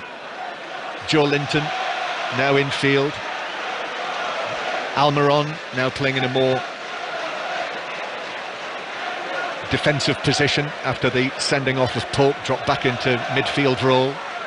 Now Trippier on the right hand side. Trippier moves away from Núñez. Darwin on the back of his shirt, we can see clearly as they run away from us, and then Trippier is tripped, and it's a free kick to Newcastle, forward and right of the centre circle. Firmino's receiving instructions from Jurgen Klopp, two of them in discussions. Jurgen Klopp, big black coat, black baseball cap with the liver bird crest in the middle of it, and Newcastle getting themselves sorted for this free kick. Jota's coming on as well. And Jota, who came on Monday against Everton, has missed so much of this season. Trippier plays this free kick in above the head of Cher, only half-headed away, comes out for Newcastle, a stretch on the far side for Longstaff, but Liverpool were able to clear. High ball to the centre circle. Trippier won the header against Salah, then it's headed forward by Byrne, and St Maximin in possession, but goes down. He was pulling the shirt of Fabinho as well, but referee Taylor allows play to continue. Robertson low, rolls it forward towards Núñez, into the penalty area now on the left-hand side, on his right foot, shoots, and Dubravka down to his left, makes a very good save, the Slovakian goalkeeper. Four substitutes are coming on. I've got to say, I don't think Jurgen Klopp, and that was a great save by the way, he's gone down again, Núñez. I don't think Jurgen Klopp will say Liverpool have played well today. I think he's disappointed in what he saw. I know the 2-0 up, he'll take the points, but they have not played well. Well, you'll hear him. That's the plan, to bring you Jurgen Klopp and Eddie Howe during the course of 6:06, the live interviews from down in the tunnel area. But it's going to be a quadruple substitution for Liverpool. Not yet, though, because it's a corner that they've got. Milner, Elliott, Jota and Firmino. And actually, as Chris says, Núñez is sat down inside the penalty area, so we'll have a little stoppage here. Why does it always seem to be the games that I'm commentating on that they make quadruple substitutions? Like Mario Balotelli, why always me? Yeah. Anyway, Gakpo, who's got his second goal in 2 matches. Jota to replace him. So Diogo Jota coming on, came on with 20 minutes to play on Monday night. Núñez is a third for Firmino. And by Chetic, I think it'll give us a bit of a clue, won't it, as to who's going to be in the team against Real Madrid, these substitutions. Henderson as well. Darwin Núñez, as we suspected, and you say Henderson for Milner, yeah? Yeah, Henderson coming off, so Milner is being given the captain's armband. So James Milner, one of his old clubs, Newcastle United. I mean, it seems like decades ago, doesn't it, that James Milner was playing for Newcastle. It was. It probably was. And so that is the quadruple change. 2-0 up, playing against 10 men, 4 substitutions. Is he thinking about Real Madrid? Who, Klopp? Yeah, I'm sure he is. Corner from the right. So I'm saying, Chris, I'm sure those 4, I think you can write them into your starting lineup on Tuesday. 4 who've come off. Throwing corner taken by Alexander-Arnold to Elliott, who plays it across, but that's blocked out of the penalty area. Comes back to Fabinho, and then it was missed actually by Joe Linton, but Alexander-Arnold wasn't expecting that, and it dropped over Joe Linton's head and was deflected behind by Alexander-Arnold for a goal kick. So it is Newcastle United 0, Liverpool 2. Chris Waddle. Yeah, I think Newcastle are still very much in this game. If they can get a goal and get this crowd going, really backed them again tonight. I feel sorry for a bit for Newcastle. I think they played very well. They've got 10 men. Unfortunately for Pope, what's he doing there? Poor clearance by Dubravka. Alexander-Arnold with the cross, but hits it into the first man, Joe Linton. It's out of play for a throw over on the far side. And the Newcastle... Well, I think they'll be looking to freshen it up as well, 2 or 3 substitutions. They're in discussions. So the Liverpool with Van Dijk forward towards Jota, and now Robertson on the left-hand side. Well, Newcastle playing against 11 men, who've just brought on 4 new fresh bodies, you would think Newcastle will make the changes, but we'll see. Anthony Gordon on the bench again for Newcastle here, the recent signing from Everton. Here's Van Dijk. Van Dijk over the halfway line, and then Robertson infield towards Firmino, and now Robertson again, his cross. Dubravka comes for it, didn't get there. Salah was after it, it just seemed to drift away from him. He was trying to take it in his gloves. That could easily have resulted in a penalty, but he got a little touch on it. And now at the other end, Alan Saint-Maximin into the box, but shooting wildly wide from the left side of the box with defenders chasing. Good counter-attack again. Saint-Maximin, who's done very well tonight, I've got to say. He's played as a team player, which sometimes he gets criticised for not, but he has really put a shift in tonight. He's gone on his left foot there, difficult angle, high and wide. So goal kick to Liverpool. 5 Live and BBC Sounds, all the reaction as ever on the Football Daily podcast, 5 Live Football Daily podcast in the morning. Watch all the action on Match of the Day tonight on BBC One or anytime online via the iPlayer. You'll see, if you watch it tonight, 2 very good goals from Liverpool, well taken by Nunez and Gakpo. And you'll see a number of misses from Newcastle as well. Ball over the top, Gomez taking this down, Gomez passing it across the penalty area to Alisson, who made a couple of important saves as well in the first half, we should say. Milner's crossfield pass, a little fortunate, came off the head of Isak, but lands for Robertson, who can continue to bring it forward for Liverpool. Firmino now, Roberto Firmino, who's missed a big chunk of this season as well, out to the left-hand side to Robertson, whose low ball across is gathered up by Dubravka. He's making his first Premier League appearance of the season, having coming on as a substitute for Newcastle when Pope was sent off.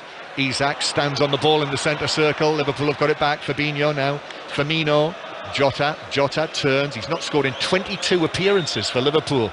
Diogo Jota missed the World Cup with the injury that kept him out. Firmino wins the ball back. Now Jota, left side of the area. Jota against Trippier. Left foot, right across the 6-yard box, but out of play for a throw near the corner flag. Well, Firmino, since he's come on, showed some lovely touches, hasn't he? Class act. Jota there, goes on the outside of Trippier. That's a shot. He's gone for the near post. He's mishit it slightly. It's gone out of a throw in on the right-hand side. So after Liverpool made their quadruple substitution, Newcastle are going to make a triple substitution. Murphy, Gordon and Wilson are going to come on, unless there's someone else hiding under the roof of the dugout down there. Isak replaced by Callum Wilson, who was doubtful for this match. Isak's done okay. Doesn't look like he's going to score though many goals, I've got to say. Doesn't look like a natural type finisher, but he puts the shift in. Callum Wilson's on, the number 9, scored in the last match here against West Ham, the 1-1 draw. Almiron's off. And Almiron Murphy will be replaced by Jacob Murphy. And now Gordon comes on as well. Anthony Gordon, just his 3rd appearance for Newcastle United. All 3 of them as a substitute. And who's coming off? Is that Trippier? Yep, it is. So Murphy will play right back. They may go to 3 at the back. Cher, Botman and Byrne. Yep. To try and get something out of this. And Gordon on the left, and Murphy on the right, yeah. He's taken a couple of knocks as well, Trippier, hasn't he, in this match? A couple on his head, or thereabouts. So, again, Newcastle's next match, the Cup final. They certainly wouldn't want to be without Kieran Trippier. Free kick to Newcastle, halfway inside their own half. Kieran Trippier is being applauded off in front of the Lees' end at the moment. Longstaff playing the ball across to Murphy here on the right-hand side. Murphy slips it forward to Longstaff. But again, Newcastle have missed the all-round skills of Bruno Guimaraes. Again, it's been a serious loss for them. They've in the matches that he's not played this season, 5 matches, Bruno Guimaraes in the Premier League, they've not won any of them. Drawn 4, lost 1, and they'll likely not win this one either. Joe Linton getting it back, runs through the middle, right foot shot, deflected well away from goal and wide by Van Dijk, but up for throw for Newcastle down the right-hand side. That Jacob Murphy has got. Newcastle's number 23, 8th consecutive match that he's come on as a substitute. and he was born in Wembley, so there's a story there if he's able to come on and do something next week as well. Ball up towards Anthony Gordon. Gordon back to Longstaff. Longstaff turning away from Firmino. He was fouled there by Milner, but referee Taylor plays the advantage. Gordon back to Murphy, and he's eventually brought it back. Brought it back, foul it was, and Longstaff. So, again, Trippier's now on the field. But they need a delivery here, because this is their best way of scoring a goal, I think, for Newcastle tonight. It's set piece. Well, Anthony Gordon's capable of delivering, isn't he? We saw him do that for Everton. Yeah. So he's just pulling his black Newcastle socks over the top of his knees. Anthony Gordon, 22 before the cup final, 22 next Friday. He has a look over his shoulder. Jason Tindall just had a word from him. Blonde highlights on top. Hair a little shorter, actually. I think he's had a haircut since I last saw him. Gordon coming up to take this free kick, right-footed, swings it in towards the back post. It's headed away. Van Dijk got to that, and an offside flag up against Newcastle. So a free kick to Liverpool inside their own box. Chris Waddle with just over a quarter of the match to play. Newcastle 0, Liverpool 2, and the line's open to talk to Robbie Savage and Chris Sutton on 08 085 909 693 on 606, the 5 Live football phone. Yeah, I've been looking at the game, John, and Newcastle have done very well. 10 men for a long period, and Liverpool have not cut them apart where you think Liverpool should be on 4, 5, 6 goals. No, there's nothing in it, and it just makes you wonder if Newcastle could have stayed 11v11. Liverpool fans singing their songs, thousands of them here. Got a very good record, Liverpool, against Newcastle, and they're going to continue that unless Newcastle can do something about this. Gomez playing it through though for Liverpool, backheeled by Robertson on the edge of the penalty area after he took it. Liverpool come again. Alexander-Arnold's cross though is blocked by the feet of Byrne, and Dan Byrne takes the ball out towards the far side in front of the east stand. Longstaff now being put under pressure. In fact, he's lost it. Salah's nicked it away. Jota is tackled well by Longstaff, but Salah's taken it up. Salah into the box, left foot ball clipped across the penalty area. That's headed away by Botman. Out to Fabinho. Suddenly Liverpool are all over Newcastle, and Elliott shoots across goal, but I think rather miss-hit that, and it sort of wobbled goalwards, where Dubravka was able to make the catch. Yeah, a comfortable save, wasn't it? Joe Linton's gone down now. Now another problem for Newcastle. Joe Linton, whether it's what the issue here is. Hamstring, I think. Well, if that's a hamstring, that's him out of the cup final. Yes, it's cramp. Well, Newcastle, it's hamstring the way he's looking, talking. Yeah. Well, on come the Newcastle medical people. I think Newcastle want this game abandoned. As I say, Chris, a couple of weeks ago, being here full of optimism ahead of the cup final, Newcastle were in great form. Manchester United, yes, good form as well. But now things have changed rather. Nick Pope won't be able to play. He'll be suspended for the cup final. Goes down to squads, John, as well, doesn't it? He's got the strongest squad. I'd say Man United. However, this is Newcastle's last match before the cup final, so they have a week to prepare for the cup final. Manchester United have the little mantle of Barcelona on Thursday. Well, it's a big occasion though, isn't it, when Newcastle go to Wembley? Expectations are massive. Yeah, but Manchester United haven't won anything for 6 years. Yeah, 5 years, 6 years. But they know to win trophies, and I don't think there's that much pressure as much on Man United as in Newcastle. Newcastle, who've not won any senior major trophy since 1969, not won a domestic trophy since 1955. And Joe Linton has been taken off the pitch. Eddie Howe, there'll be concern about that. I think, that's it. He's not going to be able to continue, so he's called Matt Ritchie, I think. Yeah. Matt Ritchie has been called forward by Eddie Howe. I see Eddie Howe as well, black armbands on. It was a really emotional moment actually before the game when we had the tribute to Christian Atsu, and many people here at the club, were colleagues, work friends with Christian Atsu. Desperate. Virgil van Dijk was just caught there as he was playing the ball out of play. Anthony Gordon, I think it was, so that's former Everton on the Liverpool great. And Van Dijk ends up sitting on his backside and doesn't look best pleased with that. And Anthony Taylor's having a word with Anthony Gordon. But Joe Linton is going to walk off the field now. He did come back on, but he's applauded off, and so we'll have to wait and see what Eddie Howe says, whether it's a serious issue with Joe Linton. The two of them are talking there together. Eddie Howe to Joe Linton, who looks a little downcast. I have to say, the expression on his face, it looks like a man who knows that playing in the cup final could be a problem. Well, it's just building up tonight, isn't it? Newcastle need that final whistle. So Liverpool leading by 2-0, and Newcastle's run of 16 matches here at St James's Park in all competitions unbeaten looks as though it's coming to an end. And also this long run in all league matches unbeaten, joint club record run, 2-0 down. They have had chances but not able to take them, and Dubravka now clearing out for a throw into Liverpool on the far side. So Matt Ritchie coming on for what is only his 5th appearance of the season. He's not played since you and I saw him in the defeat at Sheffield Wednesday in the FA Cup. Sheffield Wednesday, the only team that's been able to score 2 goals against Newcastle in a match since Liverpool did in that game at Anfield back in August. Van Dijk bringing the ball forward, but turning and giving it back to Milner, who chips a ball up into the air with the spray coming off it from this winter rain on Tyneside. Elliott now on the right hand side, through towards the edge of the box to Jota. Newcastle headed away on the edge of the penalty area, and then it's played further away via a deflection out of play by Ritchie for a throw into Newcastle near the halfway line. Just under 20 minutes to play. Newcastle United 0, Liverpool 2, the 10 men of Newcastle.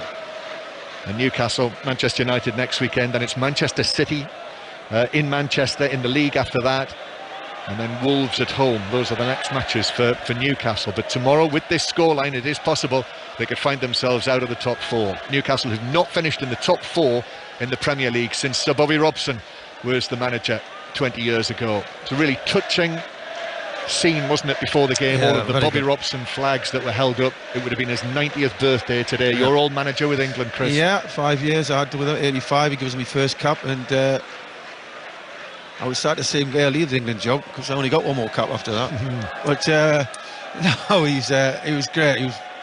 He loved managing England. He was very patriotic, very loyal to the squad I was with. Liverpool in possession. Alexander-Arnold playing it back into central defence, and Van Dijk now to the left-hand side. Milner.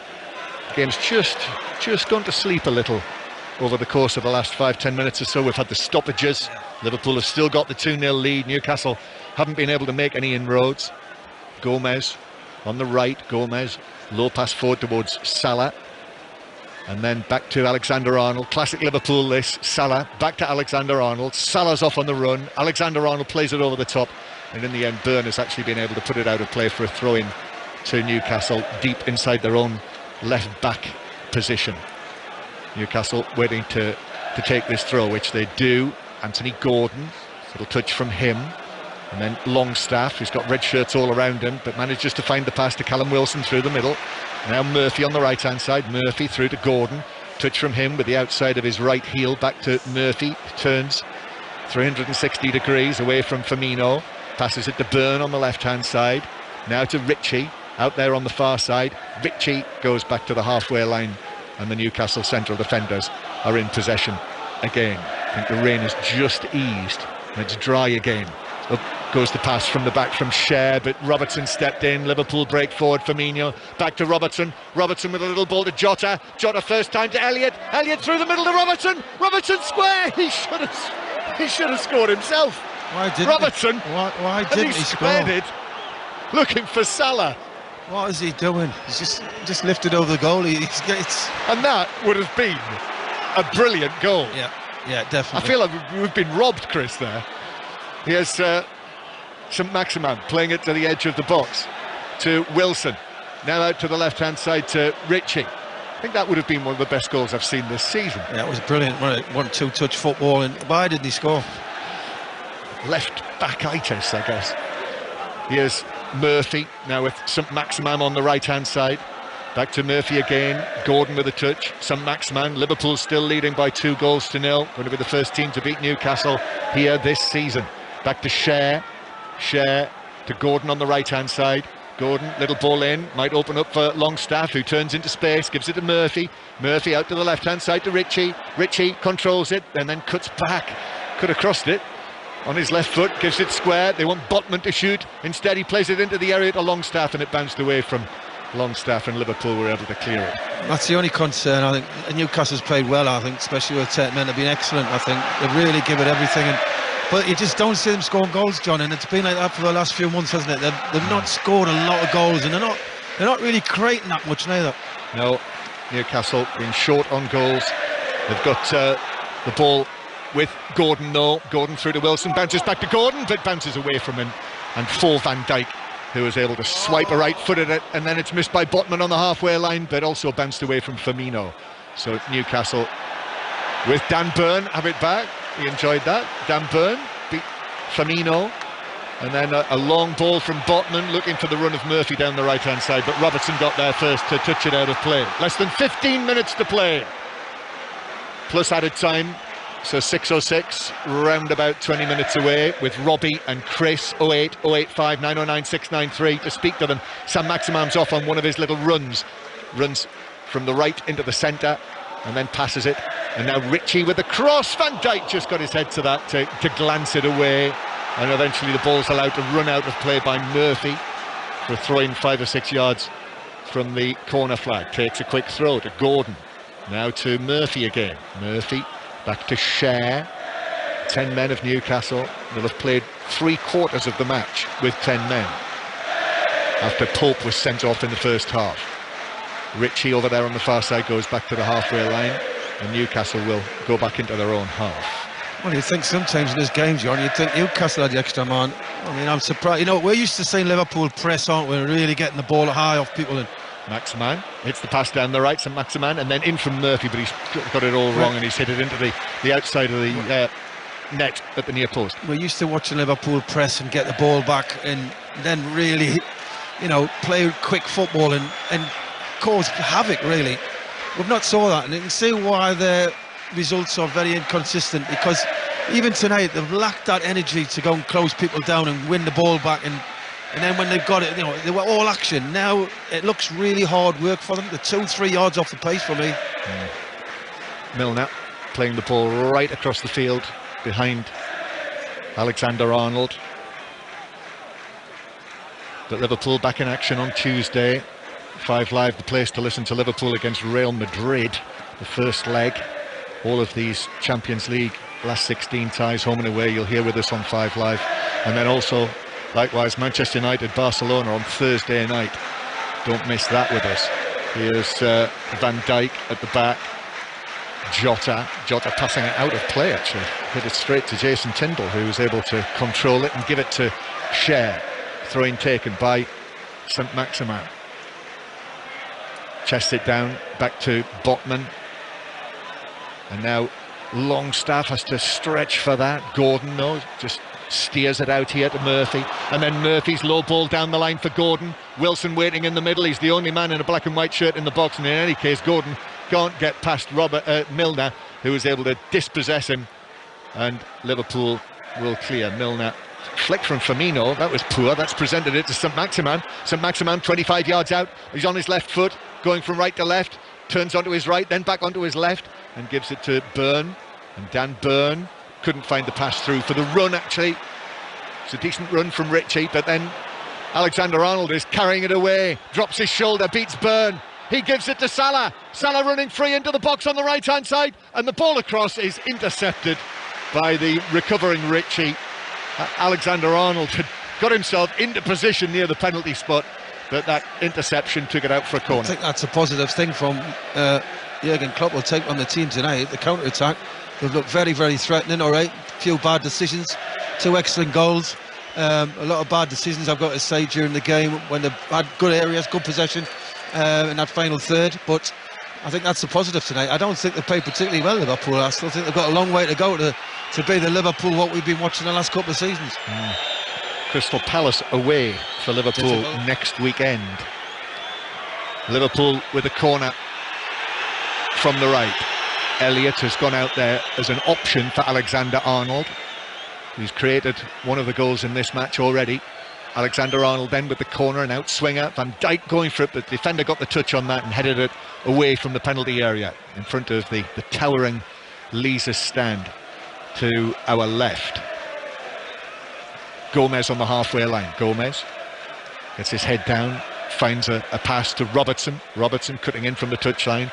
Milner's arrived. Milner back to Robertson, who slipped actually in these greasy conditions now. Oh, Gordon's given it away. Salah shot, but straight at Dubravka, who was very thankful there to present it to Mo Salah on the edge of the box on his left foot.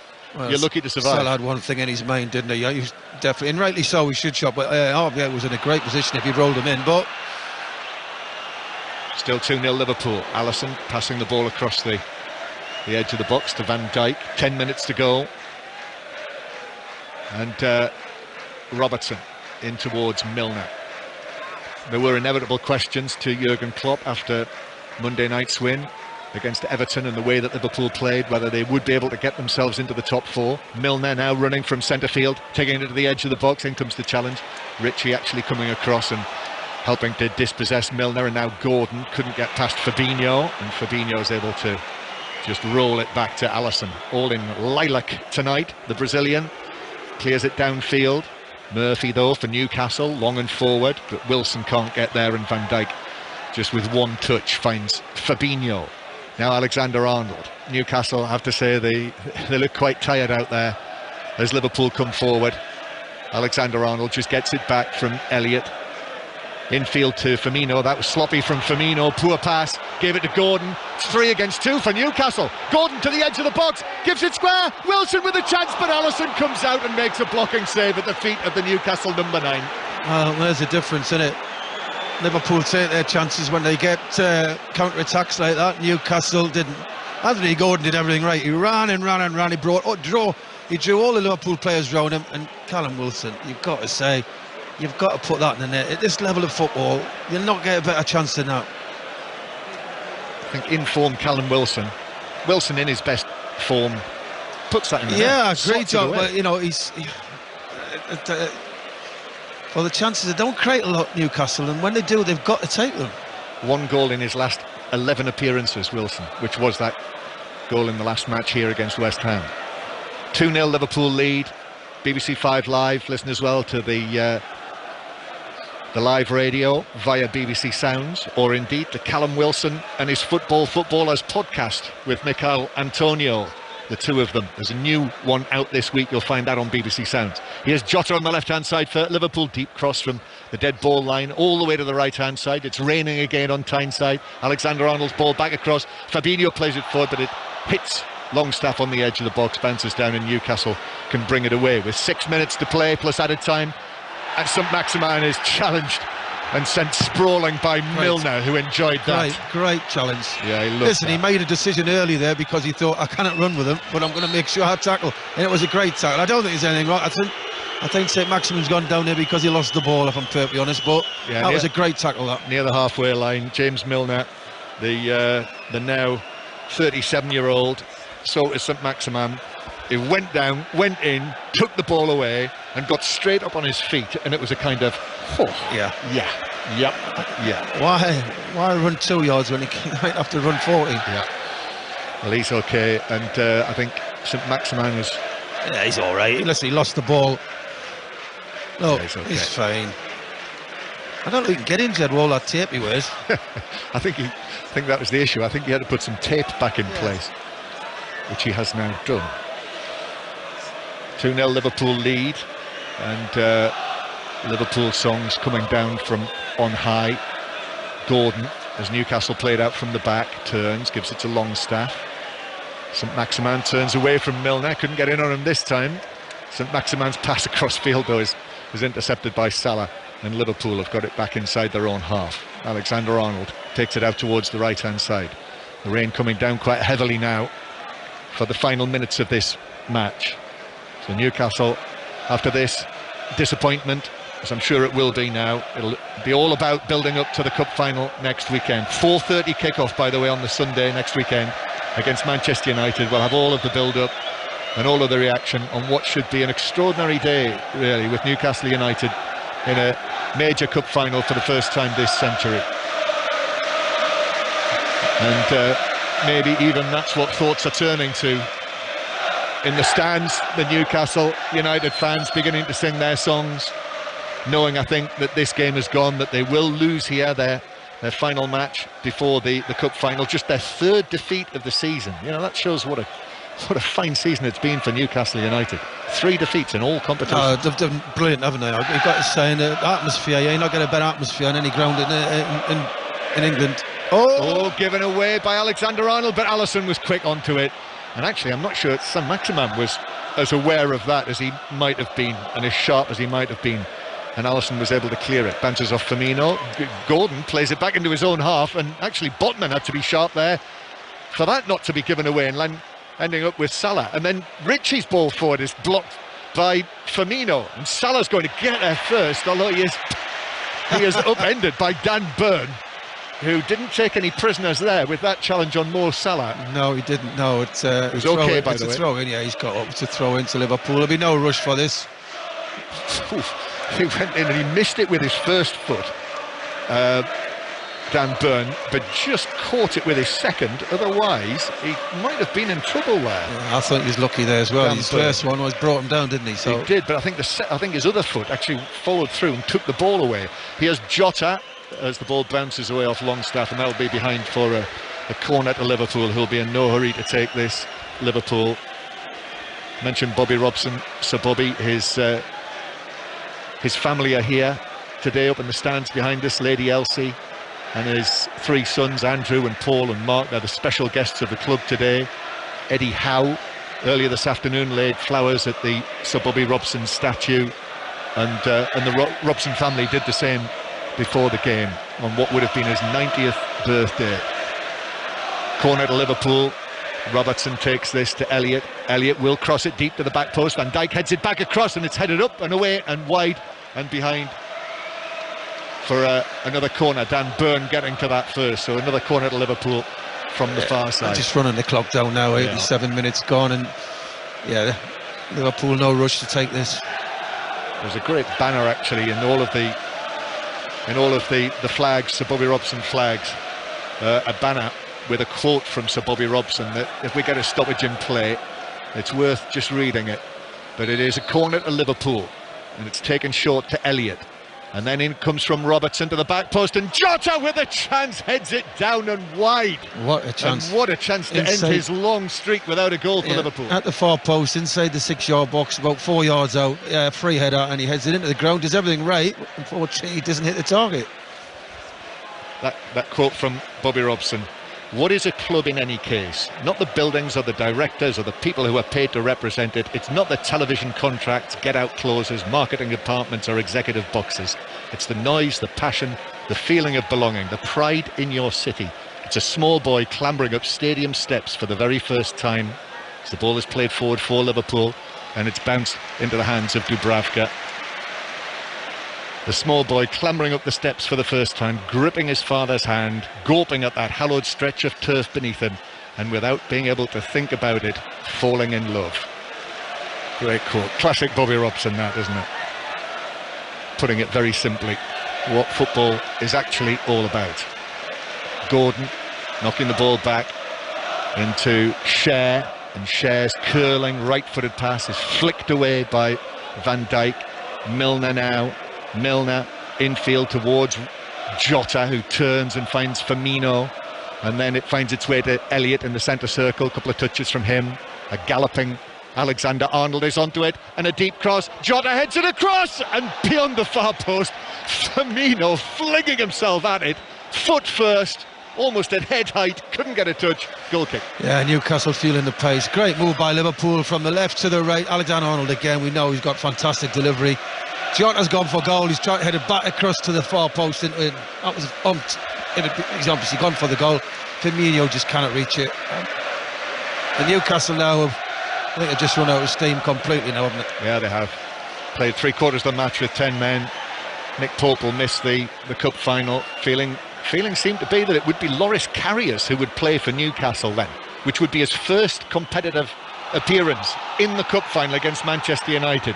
Did play when Newcastle went to Saudi Arabia and played while the World Cup was on. He did play there, but not played competitively, and of course his last appearance for Liverpool on that infamous day for him when he was challenged, wasn't he? He was found to be concussed, if you remember, in the aftermath of that, let in the awful goal that looked terrible, had an awful night. But what a chance for him, if it is to be him, could be Mark Gillespie. If it is Loris Karius, what a story that will be. But that's next weekend here in the Premier League. 6:06, only a few minutes away. 08085 909 693 to book your call with Robbie Savage and Chris Sutton. Liverpool on the way to victory here as Firmino through the middle to Elliott. A third goal will top it off. Elliott through to Jota, who goes round Dubravka and shoots goalwards, and it's cleared in the 6-yard box. There were 3 defenders back in there for Newcastle. So close to a third goal for Liverpool, but no, here they come again. Robertson once more. Robertson then back to Milner, having conceded 3 goals in each of their last 3 away matches in the Premier League. 3-0 at Wolves, 3-0 at Brighton, 3-1 at Brentford. They'd have loved to get 3 of their own here at St James's Park. There is that feeling that certainly, you know, they are improving now all of a sudden when things look so bleak. Salah through to the edge of the box with the angled pass. Dan Burn comes across and is then corner, deflects it out of play as he goes to ground to put it behind for another Liverpool corner in added time. And he's got cramp. 3 minutes of added time. That seems light to me, doesn't it? Yeah. I think Jota's last chance when he dribbles around the goalkeeper. He's just got to roll it in. He doesn't need to dribble around the goalkeeper. It's Chris Waddle with us on 5 Live here at St James's Park, what is now a rapidly emptying St James's Park on a Saturday night. There are other attractions on Tyneside on a Saturday evening, as you may be aware. Fabinho plays it across St James's Park, just a short distance away from those attractions. Here's Fabinho to the left-hand side, Milner, and now Robertson. Robertson passing it through into the area to Jota, who tries to turn it back, but that was blocked by Botman, and it bounces back out to Firmino on the left-hand side to Milner. Milner, low ball into the box to Salah. Salah turns, it's very tight in there. He's been able to work it back behind Milner. St Maximin in on it. Milner then in on it as well against Longstaff. Bounces away. Milner won it. Applause from the Liverpool fans for the veteran. Now Firmino turns against 2 Newcastle players in the full-back position, and Murphy's been able to shove it behind for a goal kick. So in the final minute now, the 3rd minute of added time, just sum it up, Chris, today. Well, I think Liverpool's very fortunate that Newcastle had the goalkeeper sent off. I think if it had been 11v11, I think we're looking at a different score here. I don't think Liverpool, yes, they'll take a bit of confidence from this result. I don't think they played particularly well. But, you know, it's 3 points, and it may help their confidence, but they're well off the pace, Liverpool, for me, the way they normally play. So, you know, Newcastle played very well with 10 men, and they go into the cup final without their goalkeeper. There it is, the final whistle. Jurgen Klopp turns and shakes hands with Eddie Howe. Good win for Liverpool. They're the first team to beat Newcastle here for 10 months since Liverpool won here last April, and they are 6 points behind Newcastle, who are currently in 4th place, but might find themselves out of the Champions League places tomorrow. This patchy run of form that Newcastle have been on, this might end up costing them that place in the top 4. Yeah, I think it could, John. I think they look very tired. All right, they played with 10 men. They've got the cup final, which has been on the mains probably the last couple of weeks. Big game against Man United, and then, as you say, they go back into league form, and it's difficult. People think, you know, they've had a great season so far, but every team has a blip, and this is Newcastle's at the minute, you've got to say. So, I mean, to finish top 4 would be amazing. I mean, I think they'd love to win the cup final next week, definitely. But finish top 4, I think, is going to be a big ask. But they will have Bruno Guimaraes back, who they've missed for the last 3 matches. They've not been able to win without him in the Premier League this season. I think they've looked good, John. I think tonight they've played well with 10 men. You just don't see them scoring. You know, when they get a chance, they're not clinical enough. You don't think chance, goal. Them first 2 goals by Liverpool in the first half, clinical, brilliant, absolutely top-class finishes. You know, and when you get Newcastle's chances today, Wilson and people like that, they don't take them. And at the top level, you need to put the ball in the net when you create a chance. And it'll be a great discussion point, perhaps, for 606. Who will play for Newcastle in the in goal in the cup final next weekend, with Nick Pope suspended, Martin Dubravka cup-tied. So it'll be either Loris Karius or Mark Gillespie, with Carl Darlow having moved away on loan. So that is it. The Newcastle players are actually going around the stadium to thank the supporters and preparing for that send-off to Wembley. But their final match before the cup final, they've been beaten here for the first time in 17 matches in all competitions, and it also brings to an end Newcastle's joint club record run of 17 league matches unbeaten. Liverpool are coming. They won it with goals from Nunez and Gakpo in the first half. The final score, Newcastle United 0, Liverpool 2.